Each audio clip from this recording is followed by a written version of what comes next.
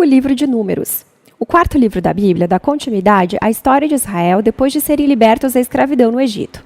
Deus os trouxe até ao Monte Sinai e fez uma aliança com eles.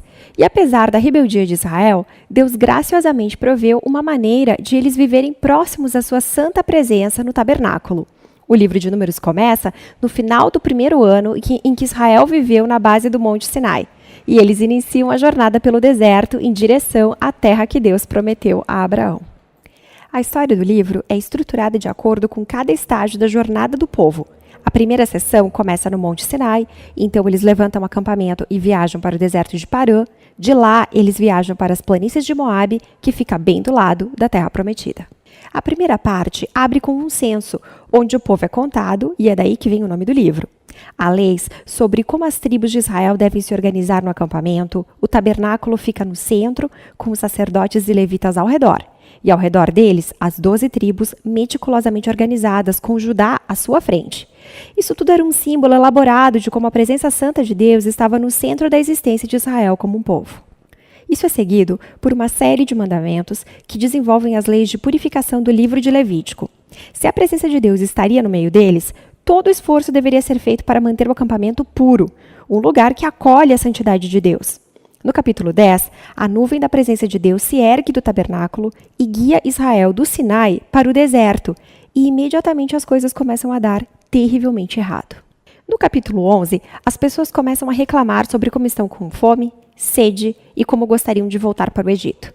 E ali no capítulo 12, os próprios irmãos de Moisés começam a se opor e falar mal dele na frente do povo.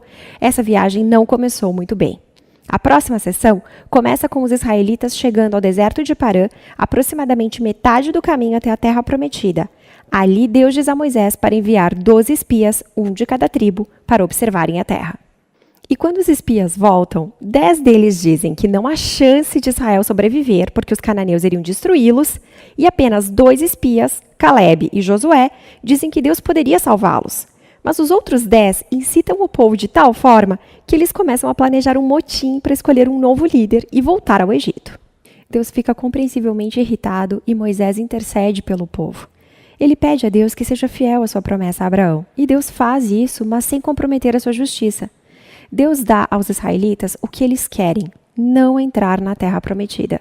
E sentencia essa geração a andar pelo deserto por 40 anos até eles morrerem. Apenas seus filhos entrarão na terra. E aí você pensa que essas consequências severas farão o povo acordar, mas a coisa piora ainda mais. Na próxima história, um grupo inteiro de levitas começa uma rebelião, e eles desafiam a liderança de Moisés e Arão, dizendo que eles foram longe demais. Deus age severamente contra esses levitas e renova seu compromisso com Moisés e Arão como líderes de Israel.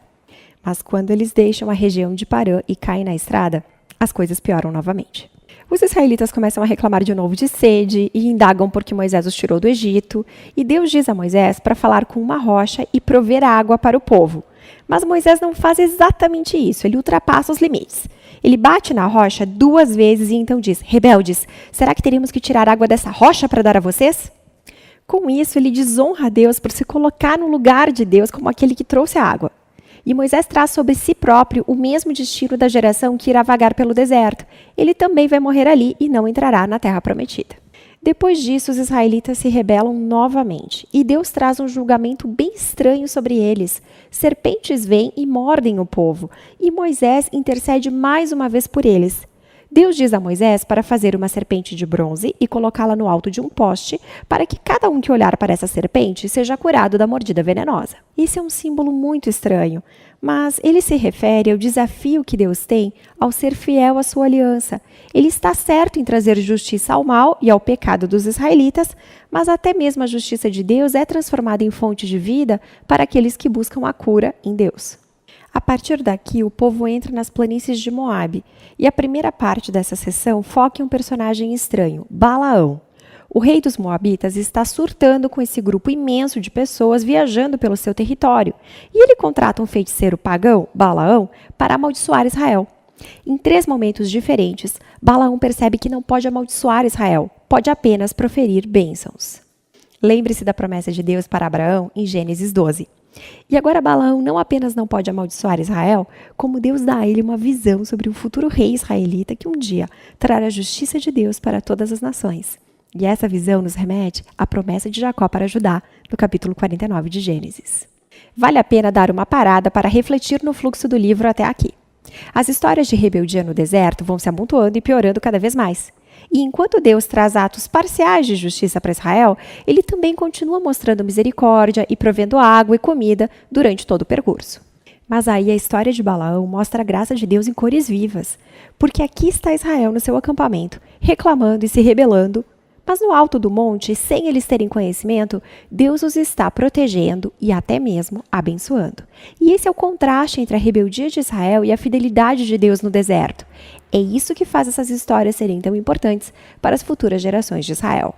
As histórias do deserto são recontadas várias vezes pelos profetas e poetas bíblicos e até mesmo pelos apóstolos no Novo Testamento. E essas histórias sempre servem como um alerta. Por mais que Deus se mantenha fiel à sua promessa, ele também vai permitir que o seu povo se afaste em rebeldia e enfrente as consequências. Depois disso, o livro foca nos filhos da geração do deserto e eles começam a se preparar para herdar a terra prometida. Eles realizam um censo da nova geração e então vão e vencem uma série de batalhas contra outros povos ao redor e algumas tribos começam até mesmo a se estabelecer na terra prometida. E o livro termina com uma nova geração pronta para entrar na terra e Moisés se preparando para dar suas últimas palavras de sabedoria e advertência. Mas, por enquanto, é sobre isso que trata o livro de Números.